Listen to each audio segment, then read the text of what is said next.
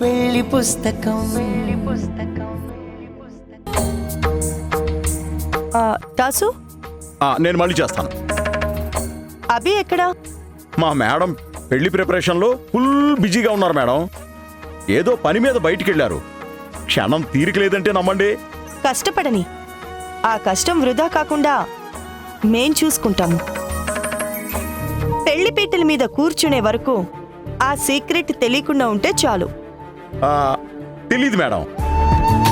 ఒకవేళ తెలిసినా తెలివిగా కవర్ చేయటానికి మీరున్నారు, మా బాస్ ఉన్నారు. బాస్కి తగ్గ దాసువి నువ్వు.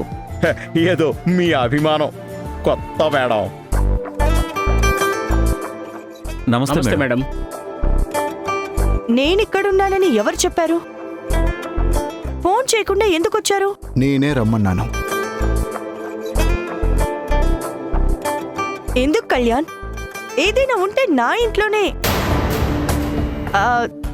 సారీ మన ఇంట్లోనో లేక ఆఫీస్లోనో మాట్లాడుకునే వాళ్ళం కదా.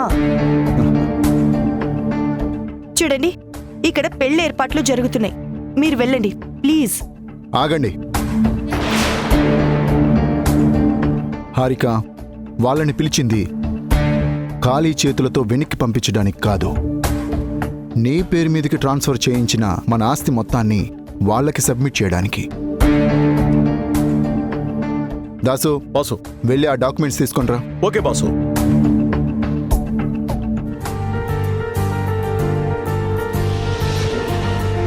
Boss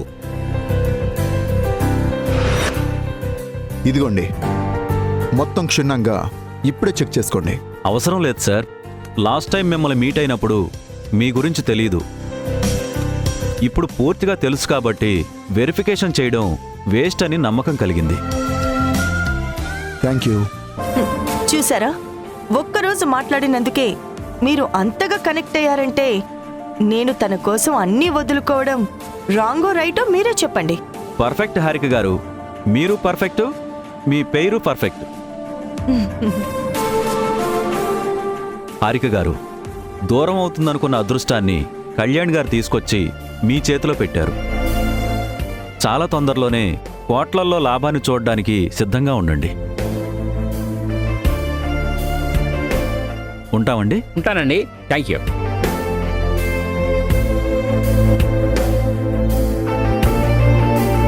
thank you Kalyan.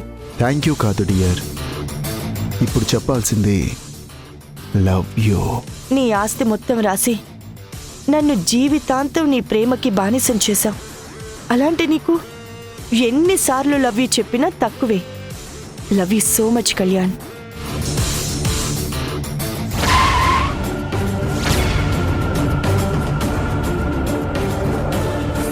Business అంటే నాకు ఇష్టమని, ఇంత రిస్క్ చేస్తావని అస్సలు ఊహించలేదు. నిజంగా నా జీవితంలోకి వచ్చిన దేవుడివి కళ్యాణ్ నువ్వు. నేను దేవుణ్ణో కాదో తెలియదు, కానీ నువ్వు మాత్రం నా lucky దేవతవి, lucky love గాడెస్వి.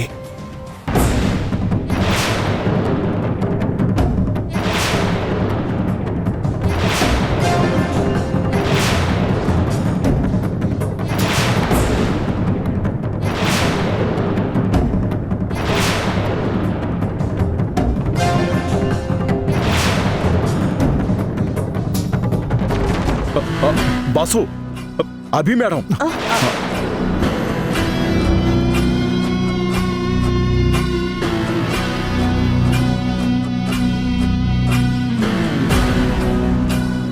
Hi Harika, ఎంతసేపు అయింది వచ్చి?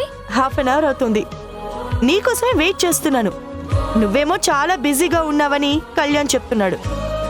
అంటే ఎన్నో రోజుల నుంచి వెయిట్ చేస్తున్న మూమెంట్ కదా హారిక, అందుకే ప్రతి చిన్న విషయాన్ని నేనే దగ్గరుండి చూసుకుంటున్నాను.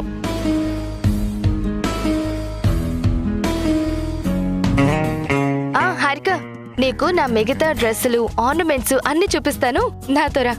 ఓకే. దాసు, హారికని చూస్తుంటే ఏమనిపిస్తుంది? మీ వల్ల బలవబోయే మరొక గొర్రెలా కనిపిస్తుంది. షటప్ దాసు, ఏంటంత చీప్గా మాట్లాడుతున్నావు? హారిక వాల్యూ 10,000 కోట్లు. అంటే మన ఆస్తి కన్నా ఎన్నో రెట్లు ఎక్కువ. అది కూడా మీదే కదా బాసు. ఆ 1000 కోట్ల కోసం మీ ఆస్తి మొత్తాన్ని ఎరగా వేశారు. ఫ్యూచర్లో ఎంజాయ్ చేస్తారు.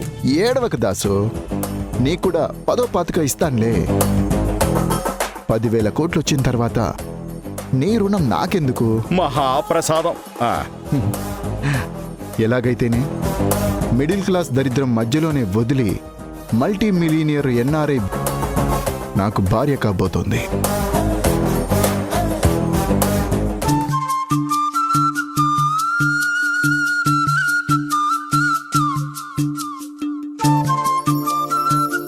చేతికి పెట్టిన గోరింటాకు ఎర్రగా పండితే మంచిది అంటారు.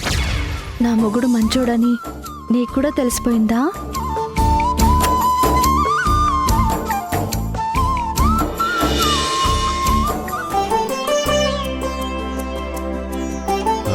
సాక్షి, అత్తయ్య గారు చెప్తే నమ్మందానివి పేరయ్య మాట ఎలా నమ్మావు? అంటే ఏంటి, నేను అబద్ధం చెప్తున్నాను అంటున్నారా?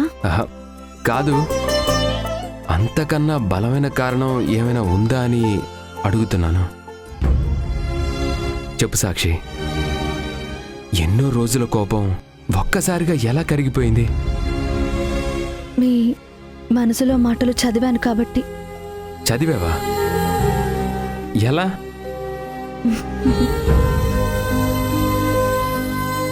ఇలా. ఏంటి, నా డైరీ చదివావా? ఆ, అంటే కావాలని కాదు, ఏదో అనుకోకుండా చూశాను. సారీ. అయినా నేను చదవకపోయినా ఏదో ఒకరోజు ఈ మాటలన్నీ నాకు చెప్పాలనుకున్నారు కదా. ఇందులో రాసిన రాతలన్నీ డైరెక్ట్గా మాట్లాడుంటే ఏ ప్రాబ్లం వచ్చేది కాదు కదండి. అంటే అంత ధైర్యం రాలేదు. నువ్వు విని అర్థం చేసుకుంటావన్న నమ్మకం లేదు. అందుకే అన్నీ రాసి పెట్టుకున్నాను. రాసి పెట్టుకోవడమే కాదు, దాచిపెట్టుకున్నారు. నేను చూడకపోయి ఉంటే ఎప్పటికీ తెలిసేది కాదేమో. ఇది చదివిన తర్వాత మాత్రం నేను చాలా ఇంప్రెస్ అయ్యాను.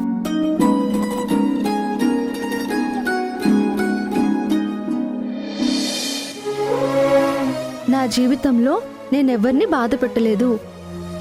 చిన్నప్పటి నుండి అందరూ నన్ను వదిలి చాలు వెళ్ళిపోయారు. చాలు, ఇలా ఇవ్వు. మొత్తం చదవనివ్వండి, నా కోసం రాసిందే కదా. ఇవ్వమని చెప్పానా? నేను ఇవ్వనని చెప్పాను కదా. ఎలా ఇవ్వవో నేను చూస్తా. ఆ,